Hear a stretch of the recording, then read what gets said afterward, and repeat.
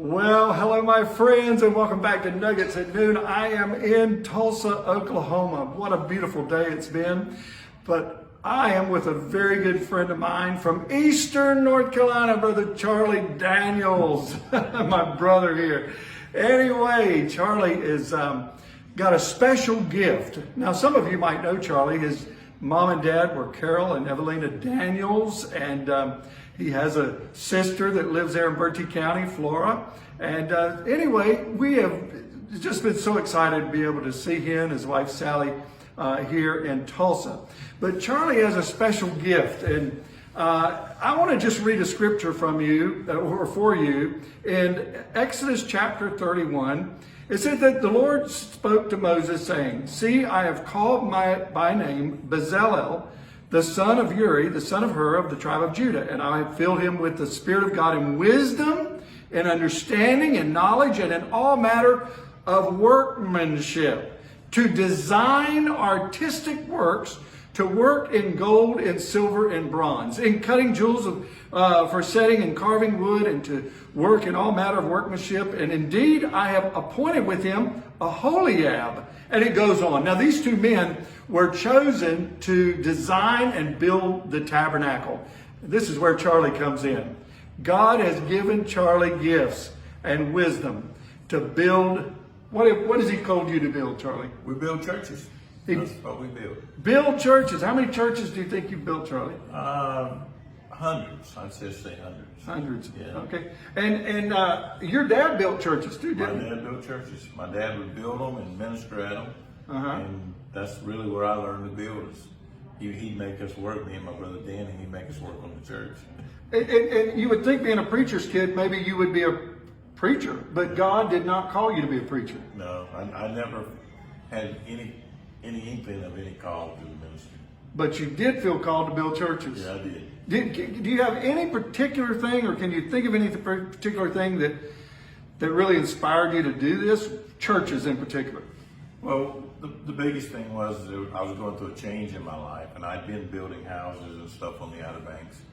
And in the change was I was attending Rhema Bible Church, and I had a dream.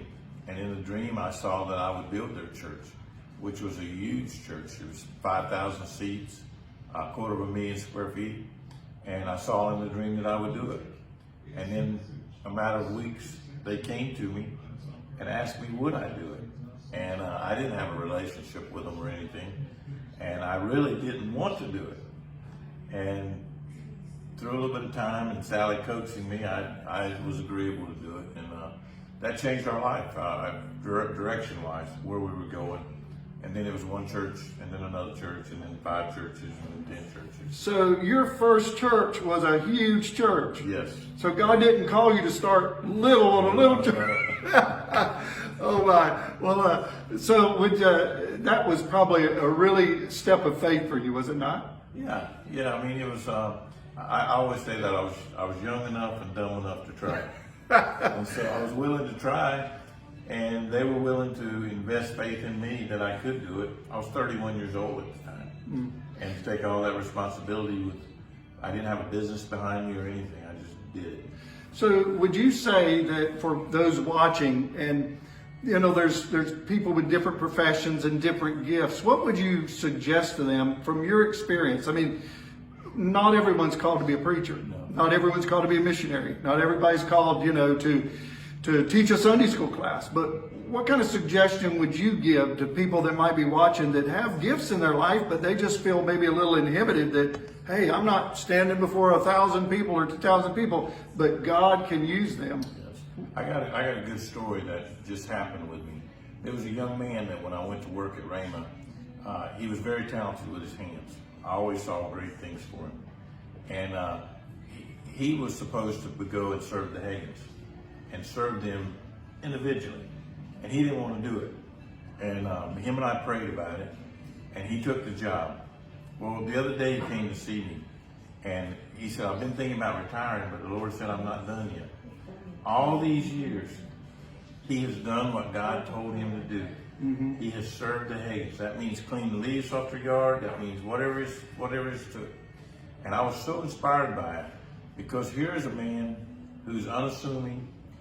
But when he gets to heaven, he will have done exactly what the Lord told him. And I wish I could say that. Wow. You know, it's interesting you mentioned that because last Saturday I was teaching a group of ministers, and one of them asked me, when it comes to the fivefold ministries in Ephesians chapter number 4, where the apostles, evangelists, and prophets and so on, one of them asked me about which one is the most authoritative, which one's got the most authority. And I brought one of the students up, and I stood beside it, and I said, you know what? If this guy's called to be a janitor, and this guy's called to be an apostle, when they stand before God, it's not going to be who's done the most. The question is, have you done the will of God? Have you done what God told you to do? That's exactly right. And so what is so incredible about you, Charlie, is I knew your parents, and awesome parents, awesome family. And but what is so incredible about Charlie is God has used him, blessed him tremendously, and and really many souls, I'm sure, are being brought into the kingdom because of the work that he has done, he and his family and his wife, and because of the work that they have done. And it's not been on the front. It's not been out in front of a congregation, but it's been behind the scenes. Yes.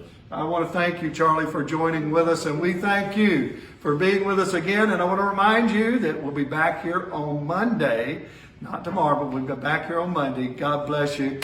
See you Monday. Bye-bye.